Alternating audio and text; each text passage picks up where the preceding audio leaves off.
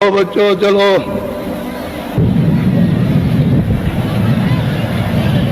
बच्चे और बच्चियों,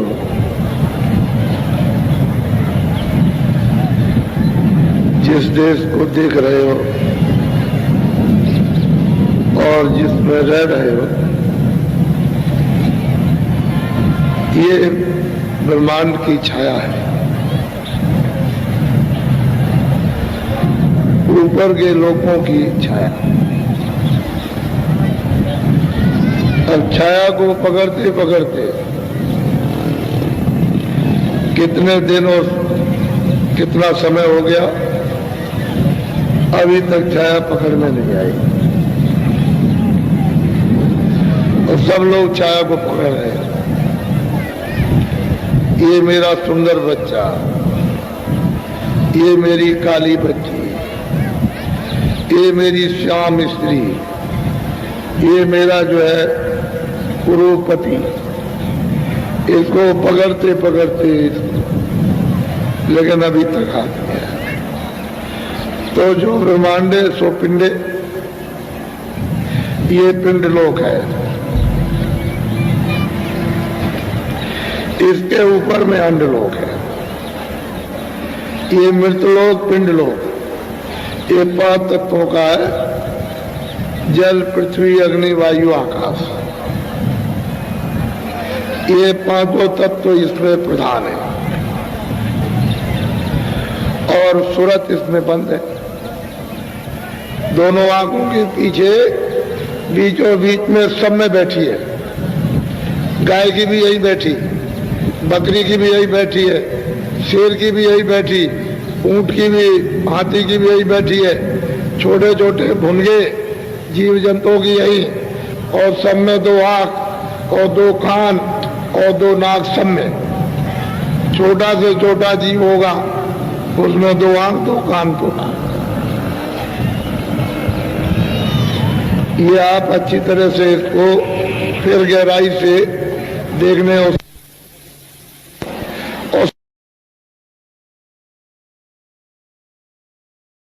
साधन सुन नहीं सकती, साधन कर नहीं सकती। वो अभ्यास नहीं कर सकते, बैठ नहीं सकते, उनको मालूम नहीं कि अभ्यास क्या चीज है। आप अभ्यास कर सकते हो, बैठ सकते हो, लेकिन वो लंबा और वो सीधा, सबके यही बैठे इसी जगह। ये 5 तत्वों का पिंड लोक है, मृत लोक। बस ये खोल है, सबसे मोटा खोल ही है। इससे मोटा खोल और कोई भी नहीं। इसमें जीवात्मा को बंद कर दिया। अगर इससे आप निकल जाओ, इसको छोड़ दो आप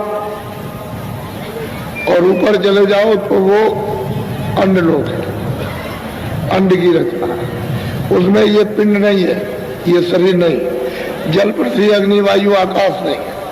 उसमें 10 इंद्रियां, चतुसंतागण, मन, बुद्धि, चित्त और अहंकार और रजोगुण, तमोगुण, सतोगुण। 17 तत्वों की वो लिंग सृष्टि। और वो जो स्वर्ग वैकुंठ, लिंग सृष्टि का स्थान स्वर्ग वैकुंठ है। उसमें इंद्रियां है, 10 इंद्रियां, चतुसंतागण, मन, बुद्धि, चित्त, अहंकार और रजोगुण, तमोगुण, सतोगुण। इसमें इस गोल में जीवात्मा बंद है, लेकिन इससे बहुत बारीक खोल है। ये जड़ है, वो ये जड़ इस तरह का नहीं है, लेकिन खोल तो खोल ही है। वो मतलब ये है कि मुलायम और मतलब है बारीक है, तो उसमें दिखाई देता है। लेकिन अब सवाल प्रश्न इस बात का कि वहां कोई साधना नहीं, लिंग शरीर में रह करके कोई साधना नहीं। साधना होगी तो इसमें, तो इससे जीवात्मा को निकालो पिंड से, इस खोल से 5 तत्वों के, तो फिर लिंग में चली जाए। उसमें बंद है, इसमें से निकलेगा तो लिंग शरीर है।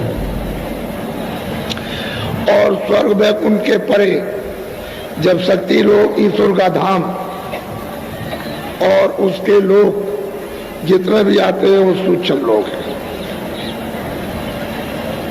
इनकी सबकी अलग अलग सीमा है। ये यहाँ तक है स्वर्ग, यहाँ तक वैकुंठ है, इसमें लिंग लोग है, देवलोक।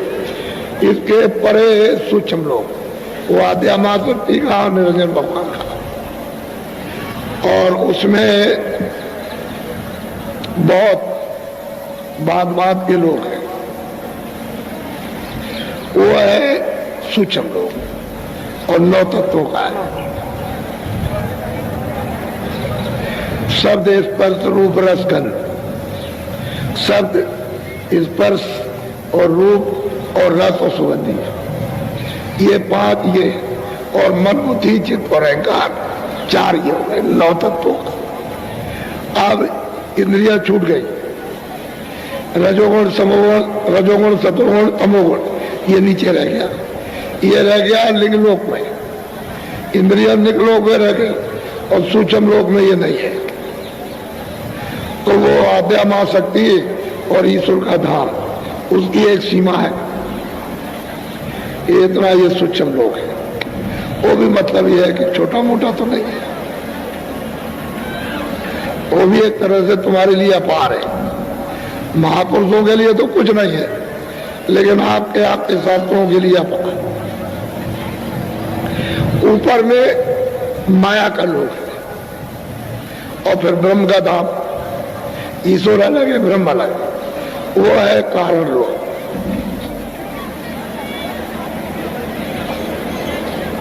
ये स्थूल पिंड लोक और लिंग लोक स्वर्ग वैकुंठ, और सूक्ष्म लोक शक्ति का धाम और निरंजन धाम, यानी ईश्वर का घाट का धाम, खुदा का, वो मतलब ये है कि वो सूक्ष्म लोक, और उसके परे माया, और माया के ऊपर में ब्रह्म, उसको कहते हैं कारण लोक। उसमें क्या क्या है?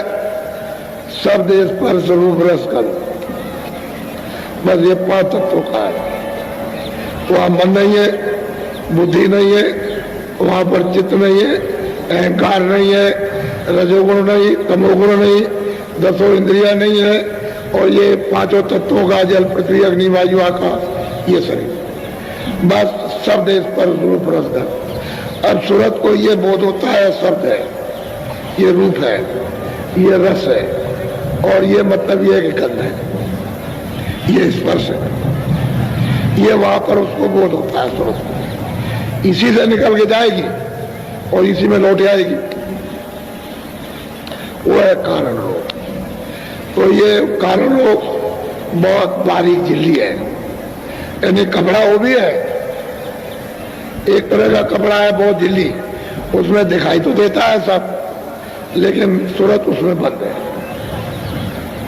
अब इसके परे अगर सूरत चली जाए तो कर्मों की हद के परे चली गई, परे, तो उधर है प्रकृति लोक, प्रकृति लोक है, और ऊपर में पार ब्रह्म है विराजमान। तो सूरत जब उस धार को, उस नाम को, शब्द को पकड़ लेती है तो शब्द रूप हो जाती है। अब यही सूरत जो दोनों आंखों के बीचों बीच बैठी है, ये वहां जाकर के स्वयं शब्द रूप। अब इसको न स्पर्श, न इसका शब्द है, न इसका रस, न रूप, न गंध, अब शब्द रूप हो गई, ये दूसरों को देने लगी। अब दूसरों को इससे रस मिलने लगेगा, शक्ति मिलने लगेगी, ज्ञान मिलने लगेगा, शब्द रूप हो जाती है।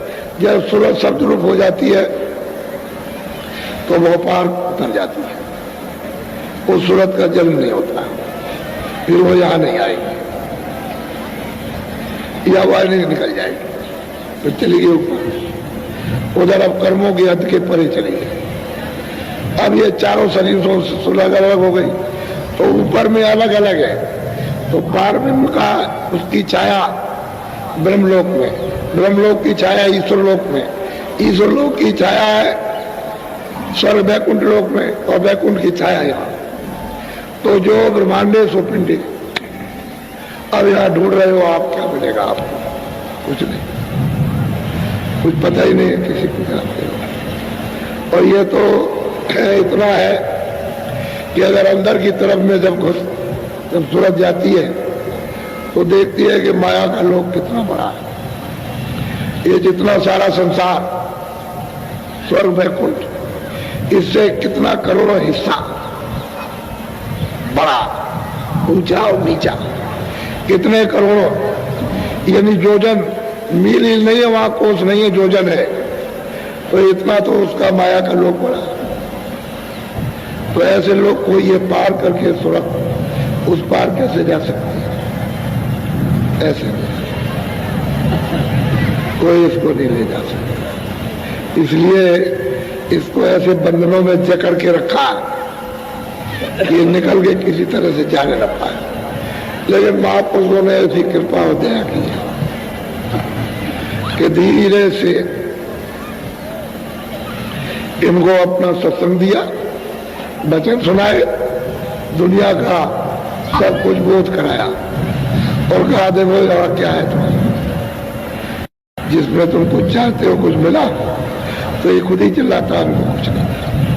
अभी हम पूछ रहे थे, जब मिल रहे थे, मैंने कहा अरे भाई कुछ मिला के ले, कुछ नहीं मिला, फंस गया और रास्ता तो अपने को मालूम नहीं क्या करना। अपना तो कोई तदबीर, कोई उपाय, कोई मतलब बुद्धि विवेक, कोई काम करता नहीं, कोई तीर तलवार भी नहीं कि उसको साफ कर दे। अब वो तो रास्ते से साफ, क्या करे बेचारे, फंस गए। इस तरह से जीवात्मा को उधर ला करके और शरीरों में बंद करके और यहाँ ला करके विष में डाल दिया, खोल में। वैसे तो शुरू में जब विधान नहीं बना था पाप का, पुण्य का, सत्य का, सत का, तो सूरत यहाँ बैठी थी, पूरा रास्ता खुला था, आँख खुली थी, कान खुले थे, ये सब सुनती थी और सब देखती थी। कोई चीज आज से अंत तक, जहाँ इसका घर था, जिस प्रभु के, जिस पिता के पास से आई, वहां और यहाँ तक कुछ रास्ता बंद नहीं था, खुला हुआ था। लेकिन पीछे से जब रहते रहते रहते रहते जब जान लिया कि तुम सब चले जाओगे, तो बंधन लगा दिया। तब बंधन लगाया तो आपको कर्मों से बाधा, कि अभी तक तो रास्ता खुला था, अब लो, अब ये पुण्य करो, ये पाप करो, और पुण्य का पुण्य और पुण्य का पुण्य सबका अलग अलग उसका जमा रहेगा। उसी को कहते हैं संचित कर्म। पहले कभी के आपके जमा है, जब ये सब आप रोक लोगे तो वो संचित कर्मों का आप, तो वो मिलेगा आपको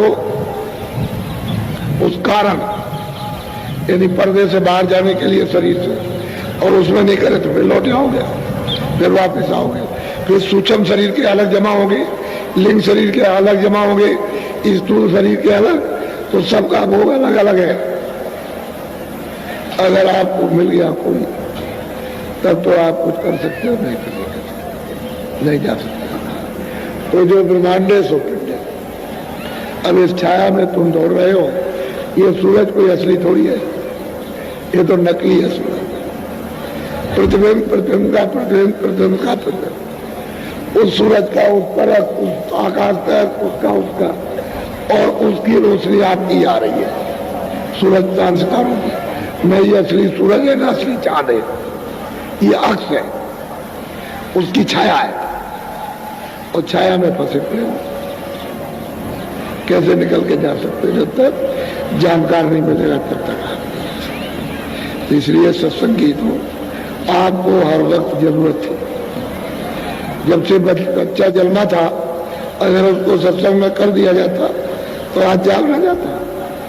नहीं वहां मत जाओ, साधु बन जाओगे, घर बार छूट जाएगा, तुम चले जाओगे, तो लोग लालच में तुम भी फंस गए, तुम्हारे माँ बापों तक न खुद गए, न जाने दिया, और न तुम्हारे बच्चे गए, बस इसी छाया में फंस गए। अब रोते और चिल्लाते। तो आपने शरीर सुख का कोई काम नहीं किया, सब शरीर दुख के काम किए, तो आपको सुख कैसे मिल जाएगा? उसने शरीर सुख के लिए भी काम रखा, ये काम करो तो शरीर से सुख मिलेगा, और शरीर से ये काम करोगे तो शरीर से दुख मिलेगा। इसीलिए उसने बांट दिया, ये पाप है, ये पुण्य है, ये अच्छे काम को करना, पाप को मत करना, बुरा काम मत करना। तो आपने न बुरा समझाना। सत्संग में जाते रहते तो आपको समझ मिलती रहती और आप मजबूत रहती है, विवेक रहता।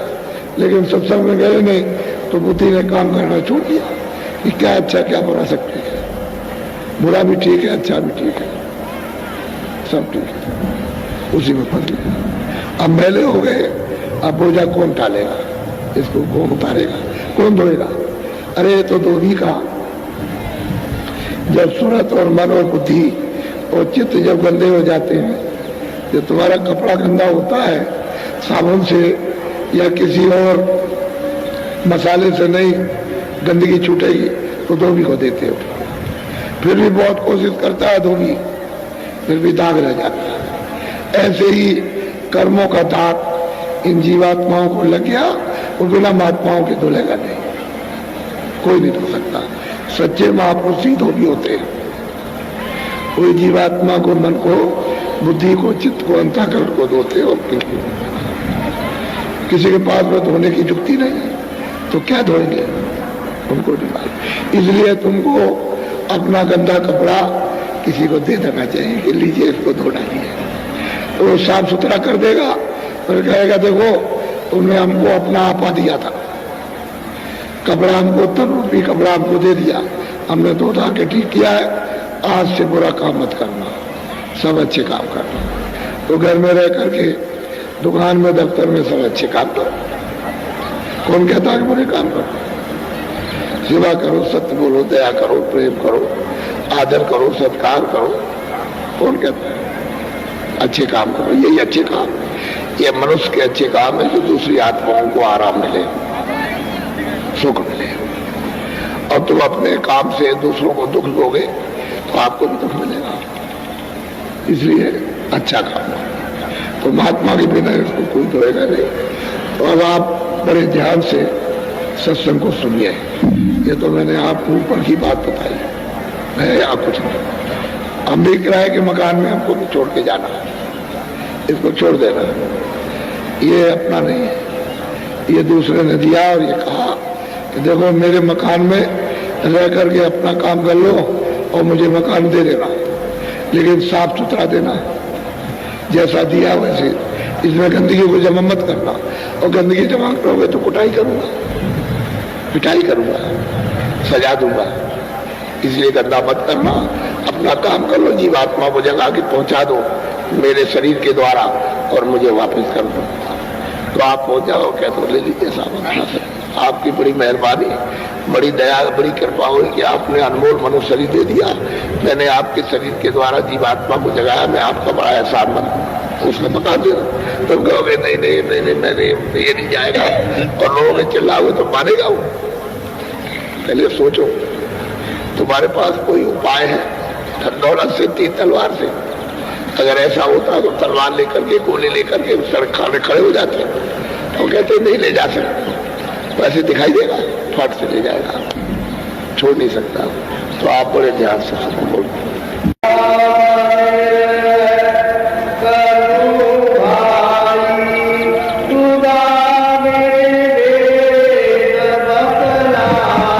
तमाम लोग कहते हैं कोई ईश्वर है, कोई खुदा है, कोई राम है, कोई कृष्ण है, कोई कोई है, ये सब लोग चिल्लाते हैं। अरे भाई ये लोग जो आए, राम आए, कृष्ण आए, यह मतलब है मोहम्मद साहब आए, ईसा मसीह आए, ये जितने भी लोग आए अपने अपने वक्त में, अपने अपने वक्त में और अपने अपने स्थान के ठीक थे। इनको भी किसी काम के लिए भेजा था। एक सूरत, एक जीवात्मा, एक रूह ऊपर से उतार दी जाती है कि जाओ, मृतलोक में व्यवस्था बिगड़ गई, धर्मनाश हो गया, प्रेम चला गया, दया चली गई, सेवा चली गई, आदर सत्कार, जाओ इनको शिक्षा दो जाकर। तो उनको वो शक्ति पावर देती है, शक्ति देकर के, ताकत देकर के आप देते थे, वो कहते हैं जाओ काम करो जाकर। तो यहाँ आते हैं और काम करते हैं, और फिर उसके बाद काम किया, वापस हो गए, वापस हो गए। कोई अपने अपने स्थान के अवतार कहलाते हैं। कोई दुर्गा अवतार, कोई ब्रह्म का अवतार, कोई पार्वती का अवतार, कोई ब्रह्मा का अवतार, कोई विष्णु का अवतार, कोई शक्ति का, कोई कहलाते हैं। तो अपने अपने समय में जिसने जिसको प्राप्त किया था वो ठीक था, लेकिन अब तो कुछ हो नहीं सकता। कि उनको तो आपने देखा नहीं कि राम कैसे थे, कृष्ण कैसे थे, उस समय ठीक था। और वो जो नाम थे वो अपने वक्त में ठीक थे, लेकिन अब उनसे कुछ नहीं होगा। क्यों नहीं होगा? कि अब कोई कमाई वाला होना चाहिए जो नाम जिसने सिद्ध किया हो। जो नाम सिद्ध करेगा उसी नाम का जीवात्माओं को लाभ होगा। जो नाम सिद्ध नहीं करेगा उससे कोई लाभ नहीं। चाहे वो सज्जु का नाम हो, चाहे त्रेता का नाम, चाहे द्वापर का नाम, चाहे कलयुग का, सिद्ध किया हुआ नाम लाभ करता है, बगैर सिद्ध के। तो हम लोग पढ़ते रहते हैं, सिद्धि तो करते नहीं। अब महापुरुष कहते हैं कि भाई इसका भेद नाम का हम आपको समझाते हैं। कहते हैं भाई भेद क्या है नाम का? नाम किसको कहते हैं? राम राम राम राम, कृष्ण कृष्ण कृष्ण, खुदा खुदा खुदा खुदा, गाट गाट गाट, कोई भी चिल्लाते रहो, देवी देवी देवी, कुछ भी चिल्लाओ, लेकिन नाम क्या चीज है उसको महापुरुषों ने बिल्कुल साफ साफ कर दिया। तो असल में चीज ये है कि आप उनको बुरा क्यों कहते हो? अपने वक्त में ठीक है, अब काम नहीं होगा उनसे, इसलिए वो अनेकों नाम का है।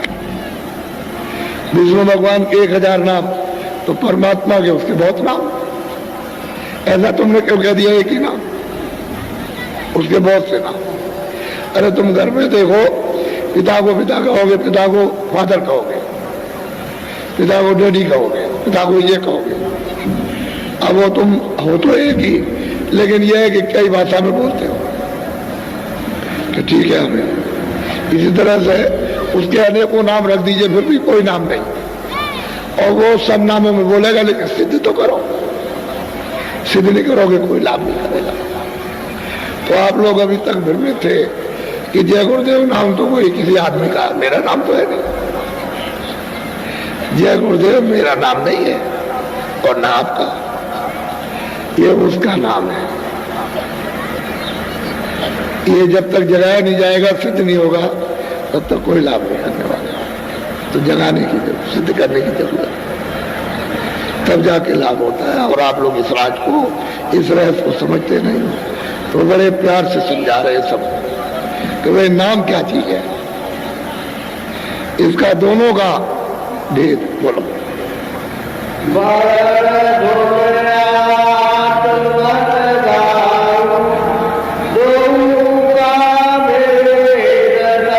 अब वो कहते हैं कि वर्णात्मक नाम, वर्णात्मक उसको कहते हैं जो जिब्या से बोला जाए, कोई नाम हो, जो भी शब्द आप जिब्या से बोलोगे वर्णात्मक है। और ध्वनात्मक नाम है जो अपने आप हो रहा, वो जिब्या नहीं बोल रही, वो अपने आप बोला, वो तो चेतन की आवाज है, वो चेतन बोल रहा। और उसको कौन सुनेगी? सूरत। ये बुद्धि नहीं, सूरत। तो सूरत है चेतन, उसमें कान है, वो सुनेगी। तो जो जिह्वा से बोला जाए वो वर्णात्मक है, और जो अपने आप धुन आ रही है वो धुनात्मक नाम। तो असल में सूरत को कैसे दोगे? इसको किस तरह से? जब तक धुनात्मक नाम नहीं मिलेगा तब तक ये सूरत भूल नहीं सकती, इसकी सफाई नहीं हो सकती। वर्णात्मक नाम को लेने से इतना होता है, मन और बुद्धि थोड़ी देता है। कोई किताब पढ़ो तो थोड़ा सा रुके रहेगा, फिर फैल जाएगा। तो मन बुद्धि चित्त अगर विवेक से पढ़ोगे, कोई भी किताब महात्मा की किसी की पढ़ो और विवेक से पढ़ो, तो मन और बुद्धि और चित्त है, ये आपके थोड़े बहुत रुकते हैं और शुद्ध होते हैं। लेकिन जीवात्मा पर उसका कोई असर नहीं। इनसे मदद ले सकते हो, लेकिन धुनात्मक नाम से सफाई होगी। जो अंदर कूड़ा कचरा जमा कर रखा है कर्मों का, वो बिना धुनात्मक नाम के जाएगा।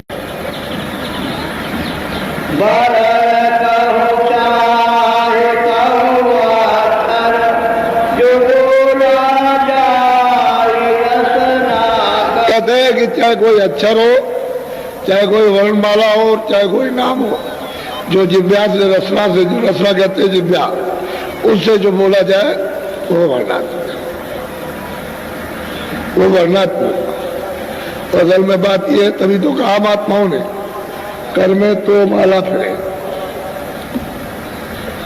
ऐसे ऐसे बैठे हुए देख रहे हो, कर में माला फिरे, जी फिरे मुखमाए, मनुआ तो 14 फिरे। यह तो सुमरना है।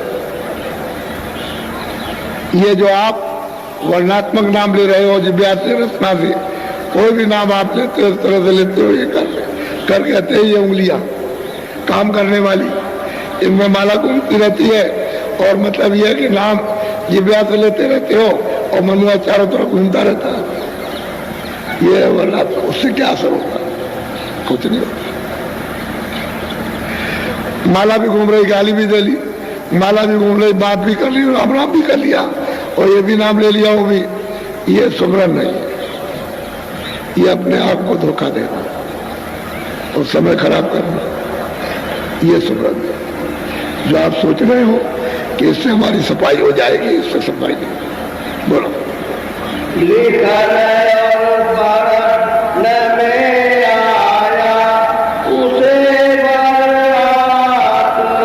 कहते हैं जो भी नाम लिखने पढ़ने में आ गया वो वर्णात्मक नाम है, और जो लिखने पढ़ने में नहीं आता वो धनात्मक नाम।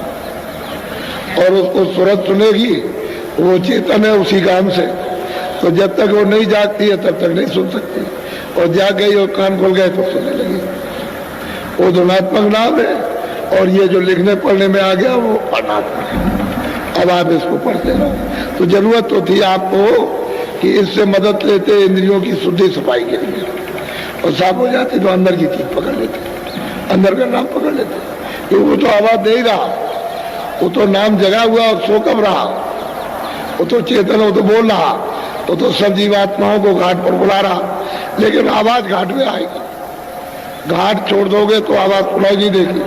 घाट पर आवाज आ रही है और तुम उधर सुन नहीं रहे, जैसे कोई आवाज होती रहे, तुम लगे हुए हो, मशगूल हो, तद्रूप हो किसी काम में, किसी बात में, और आवाज आ रही है, और उन्होंने कहा देखो इधर से आवाज आ रही, तो जब आपने बंद किया, ध्यान हटा, तब आपको सुनाई दिया कि आवाज तो आ रही। इसी तरह से जब महात्मा वेदी मिल जाए, कहते अरे भाई इधर से जरा चल जाओ, रुको, इधर से जरा उधर ध्यान देंगे, सुनो, देखो ऊपर से बुला रहा, तो जब आप सुनोगे तो सुनाई देगा।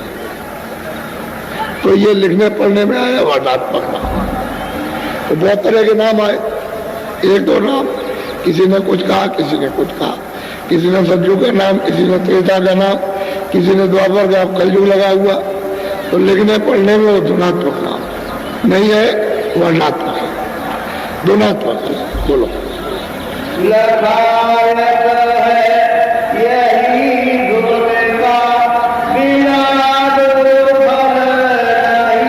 कहते हैं कि ये फल कब मिलेगा?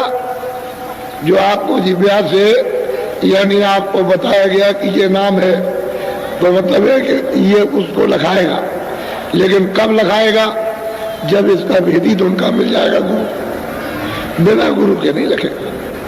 ये नाम बगैर गुरु के उसको नहीं पा सकते हो, वो गुरु मिलना चाहिए, जो ऐसे वर्णात्मक नाम से मन बुद्धि चित्त को साफ कर दे, और फिर उसके बाद अंदर धसा दे, और उससे मिला दे, तो उससे उसको दिखा दे, क्योंकि ये नाम है वर्णात्मक, ये धनात्मक नाम है। दोनों को बता दे कि ये काम किया इंद्रियों की सफाई, और इससे सूरत को मांझो, जीवात्मा की शुद्धि सफाई कर लो, तब वो पर्दा उतरता है गंदगी का। नहीं तो पर्दे पे पर्दा, पर्दे पे पर्दा, पर्दे पे लेप चढ़ा, कर्मों का लेप चढ़ा हुआ उतरता है तो दिखाई देता है कि कैसे कैसे उतारा जाता है, उतरता है। तभी तो सूरत को अनुभव होता कि हमारे ऊपर कर्मों के कितने पर्दे लदे हुए, बगैर उसके नहीं हो सकता। कहते हैं इसका भेदी मिलना चाहिए, तो लखने में आएगा। भेदी नहीं मिलेगा गुरु, तो आप इसको नहीं देख सकते, न सुन सकते। बोलो।